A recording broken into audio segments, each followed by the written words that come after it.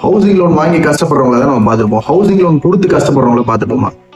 Layman brothers சுமாரா 80s start பண்ணப்பட்ட இந்த கம்பெனி அமெரிக்காவோட பெரிய இன்வெஸ்ட்மெண்ட் பேங்க் கம்பெனின்னு சொல்லலாம். ஸ்டாக்ஸ், பாண்ட்ஸ், இன்வெஸ்ட்மெண்ட்ஸ்னு அமெரிக்காவோட டாப் ஃபைனான்சியல் கம்பெனிஸ்ல லேமன் ஒரு பெரிய ஜெயண்ட். இப்படியாப்பட்ட கம்பெனிக்கு இந்த மாதிரி ஒரு நிலைமை எப்படி வந்தது சொல்றேன். அதுக்கு முன்னாடி நம்ம சேனலை சப்ஸ்கிரைப் பண்ணாதவங்க எல்லாருமே ஒரு வாட்டி சப்ஸ்கிரைப் பண்ணிக்கோங்க. சுமாரா 2000ல அமெரிக்காவில் ஹவுசிங் லோன் ஸ்கீம்ஸ் எல்லாமே ரொம்பவே பாப்புலரா வந்தது. இதுல காலடி வச்ச லேமன் பிரதர்ஸ் கிட்டத்தட்ட 500 பில்லியனை ஹவுசிங் லோன்ல மட்டுமே இறங்கினாங்க. நம்ம இந்திய மதிப்பின்படி 7.5 லட்சம் கோடி ரூபாய். லோன் வாங்கின பல பேருக்கு அடுத்த 3 மாசத்துலயே லோனோட இன்ட்ரெஸ்ட் எக்கச்சக்கமா ரைஸ் ஆச்சு. எக்கச்சக்கமான வீடுங்க லேமன் பிரதர்ஸால சீஸ் பண்ணவும் பட்டு. சீஸ் பண்ண பல வீடுகளோட மதிப்பு 50% டிராப்பும் ஆச்சு. லாஸ் மேல லாஸ், கேஷ் ஃப்ளோவும் இல்ல, கவர்மெண்ட் சப்போர்ட்டும் டோட்டலா கேன்சல் ஆச்சு. 2008 செப்டம்பர் 15ல லேமன் பிரதர்ஸ் அபிஷியலா பேங்க்ரப்டும் ஆச்சு. இதோட பெரிய விளைவு 25,000 பேர் வேலையே இல்லாம சுத்துறாங்க.